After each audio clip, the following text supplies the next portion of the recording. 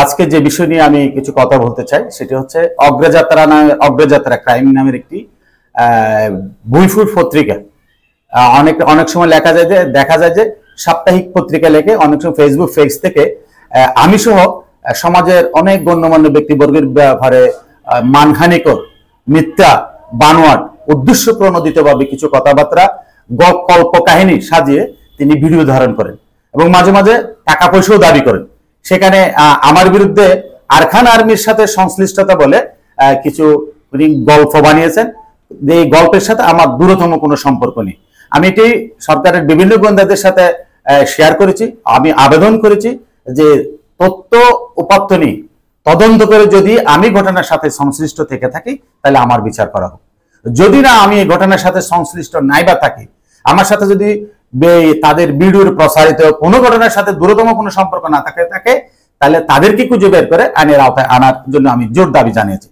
ওনারা ইতিমধ্যে আমি সহ আমার বান্দরবান জেলার অতিরিক্ত জেলা প্রশাসক মহোদয় অস্বীকার করে কোনো জো নেই, অত্যন্ত ভালো মানুষ, এবং কক্সবাজার জেলার সম্মানিত বিএনপির সভাপতি মহোদয় শাহজাহান চৌধুরীকে নিয়ে উনি এরকম কল্প কাহিনী করেছেন। এখানে পলিটিক্যালি ওনার বিরুদ্ধে আন্দোলন হয়েছে, মিছিল মিটিং হয়েছে। আমরা হয়তো সেগুলি করিনি। যে কোনো মুহূর্তে এরকম একটি পরিস্থিতি নিয়ে আপনার হতে পারে, এই আইন শৃঙ্খলা পরিস্থিতি অবনতি হতে পারে।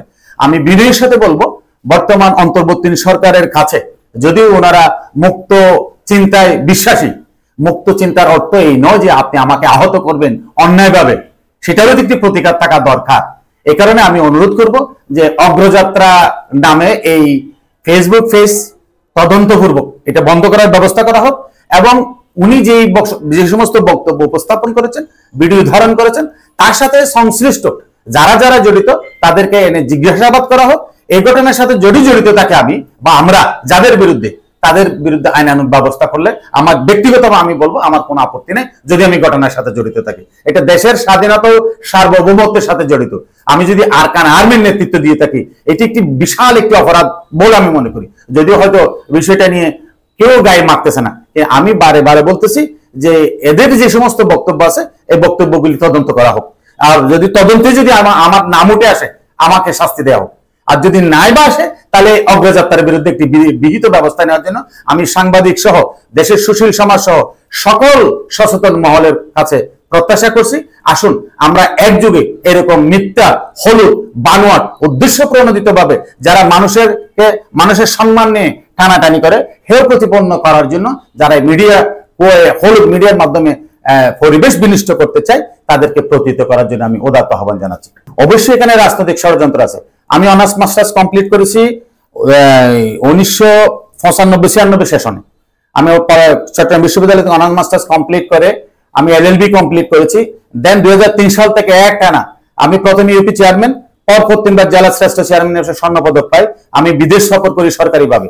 এরপরে 2009 সালে প্রথম উপজেলা চেয়ারম্যান, 2014 সালে দ্বিতীয়বার উপজেলা চেয়ারম্যান, তাও কারাগার থেকে নির্বাচিত হই। 2018 সালে আমার দল জাতীয়তাবাদী দল যখন সিদ্ধান্ত দেয় নির্বাচনে যাওয়া যাবে না, আমি নির্বাচনে যাইনি।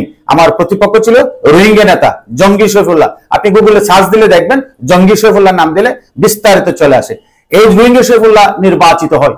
নির্বাচিত হওয়ার পর যার পর নাই আমার উপর অত্যাচার স্টিম রোলার চালিয়েছেন, জুলুম, জেল, জুলুম, গ্রেপ্তার সহ অনেকটা একদম আমি 10টি বছর আগে থেকে শুরু করে বিষয়টির এই 2018 সাল থেকে 24 সাল পর্যন্ত এলাকায় যেতে পারিনি। এরকম অত্যাচার আমার উপর চালানো হয়েছে। দেন তাদের অত্যাচার আর সহ্য করতে না পারে 2024 সালে আমি আবার নির্বাচনের সিদ্ধান্ত নিই। আমি নির্বাচিত হই এবং আমি যেই 7বার নির্বাচিত সারিবারই আওয়ামী লীগের হেভিওয়েট প্রার্থী ছিল, আওয়ামী লীগের সভাপতিকে পরাজিত করে আমি নির্বাচিত হয়েছি। দেন 2 মাসের মাথায় সরকার পতন হয়েছে, ফ্যাসিস্ট বিদায় হয়েছে। আমার লেশ মাত্র মুঠেও আমি দুঃখ পাই না যে এত বড় নির্বাচন করার পর আমার শান্তি ওখানে যে ফ্যাসিস্ট এই দেশ থেকে বিদায় হয়েছে। কিন্তু বিদায় হলে কি হবে? যারা এতদিন আমাকে সরকারি এজেন্সি দিয়ে গুম করার চেষ্টা করেছে, প্রশ্রয়ে হত্যা করার চেষ্টা করেছে, তারা নতুন করে এখন আবার সেই হলুদ মিডিয়ার আশ্রয় নিয়েছেন, পন্থা বেছে নিয়েছেন। আমি এটা জোর প্রতিবাদ জানাই।